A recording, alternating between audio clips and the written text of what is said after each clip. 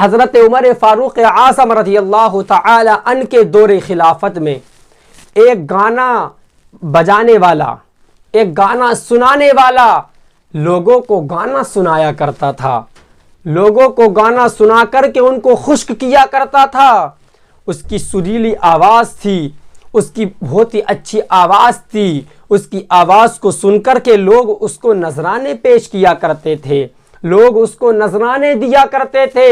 حضرت عمر فاروق اعظم رضی اللہ تعالی عنہ اس سے بہت ناراض تھے، اس سے ناراض تھے۔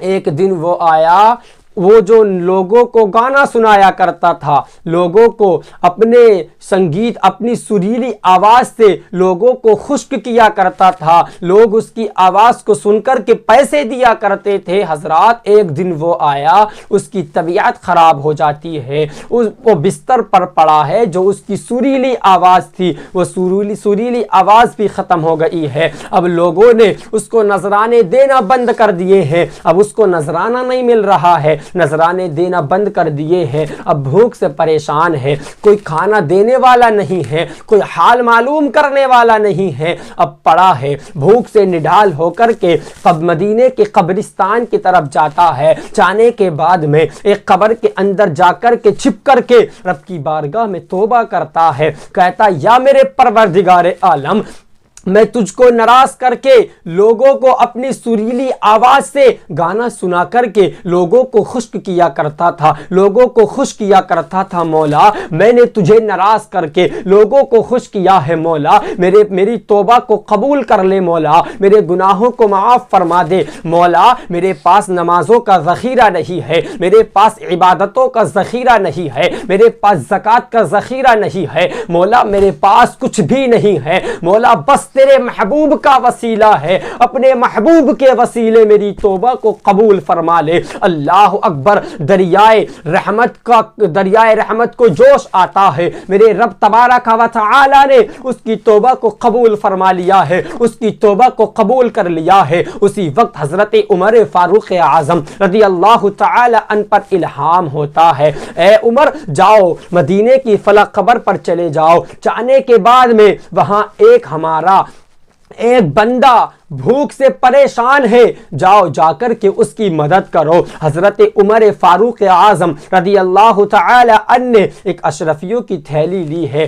1000 دینار ہے اس کے اندر، اشرفیوں کی تھیلی لے کر کے مدینے کی قبرستان پہنچتے ہیں۔ جیسی مدینے کی قبرستان جاتے ہیں، جانے کے بعد میں جیسی قبرستان میں دیکھتے ہیں کوئی نظر نہیں آتا ہے، ایک قبر کے اندر وہی فاسق و معلی منہ چھپائے بیٹھا ہے۔ اللہ اکبر، حضرت عمر فاروق اعظم رضی اللہ تعالی عنہ کو چھینک آتی ہے۔ جیسے عمر فاروق اعظم کو چھینک آتی ہے، چھینک کو سن کر کے وہ شخص کھڑا ہو جاتا ہے۔ جیسے وہ شخص کھڑا ہوتا ہے، حضرت عمر فاروق اعظم رضی اللہ تعالی عنہ نے اس شخص کو دیکھا ہے، اور دیکھنے کے بعد میں کہتے ہیں یہ فاسق و معلن کیسے ولی ہو سکتا ہے؟ اللہ اکبر، وہ کہتے ہیں حضرت عمر فاروق اعظم رضی اللہ تعالی عنہ نے اس کو اشرفیوں کی تھیلی دے دی ہے۔ دینے کے بعد کہتے جا کر کے اس سے اپنی جو تیری خواہشات ہے اپنی خواہشات کو پورا کر لے۔ حضرات محترم،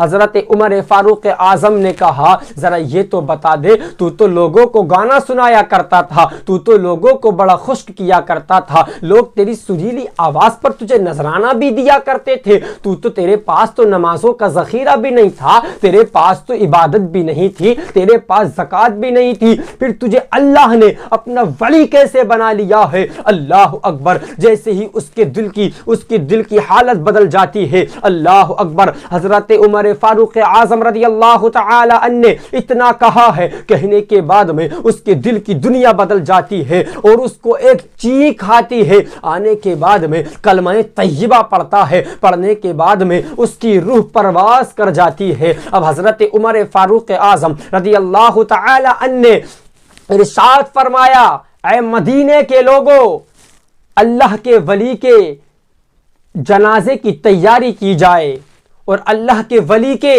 نماز جنازہ ادا کی جائے۔ حضرات، اس پورے واقعے سے ہمیں پتہ یہ چل رہا ہے، اس واقعے سے ہمیں کیا ملتا ہے؟ اس واقعے سے معلوم یہ ہوا ہے جب ایک گانا سنانے والا، ایک فاسق و معلن جو لوگوں کو گانا سنا کر کے لوگوں کو خشک کیا کرتا تھا، اپنی سریلی آواز کو سنا کر کے لوگوں کو خشک کیا کرتا تھا، لوگ اس کو نذرانے دیا کرتے تھے، جب اس نے رب کی بارگاہ میں سچے دل سے توبہ کی ہے، اور کون سی توبہ؟ توبۃ نصوحہ کی ہے، اس نے جب اللہ کی بارگاہ میں توبہ کی ہے تو اللہ نے اس کو ولی بنا دیا۔ یار ہم تو نبی کے امتی ہیں، ہم تو نبی کو چاہنے والے ہیں، ہم تو نبی کو ماننے والے ہیں، خدا کی قسم ہم تو مسلمان ہیں۔ جب ہم اپنے رب کی بارگاہ میں ہمیں ہو کیا گیا ہے، ہم گناہ پر گناہ کرتے نظر آتے ہیں، ہم گناہ پر گناہ کرتے نظر آتے ہیں، گناہ کرنے کے بعد میں ہمیں تھوڑی سی بھی شرم محسوس نہیں ہوتی ہے، ہمیں شرم بالکل محسوس نہیں ہوتی ہے، ہم گناہ کر کے یہ سمجھ لیتے ہیں ہمیں تو دنیا سے جانا ہی نہیں ہے، ہمیں تو اس دنیا میں رہنا ہے۔ لیکن تو نے رب کا کلام نہیں پڑھا ہے، رب نے قرآن میں ارشاد فرما دیا کل نفس ذائقۃ الموت، ہر انسان کو موت کا ذائقہ لینا ہے۔ یار میرے پیارے ذرا توجہ کرنا، تو گناہ کر کے سمجھتا کیا ہے اپنے آپ کو؟ اللہ اکبر میرے پیارے ذرا غور کرو، ہم بالکل شرم محسوس نہیں کرتے ہیں، ہمیں بالکل بھی ہچک نہیں ہوتی ہے، ہم کسی کے ساتھ بھی گناہ کرنے کے لیے چلے جاتے ہیں۔ اللہ اکبر، کانوں میں ایئر فون لگا کر کے ہم گانے سنا کرتے ہیں۔ یار ذرا سوچو تو صحیح، جو اللہ نے ہمیں ہاتھ دیا ہے،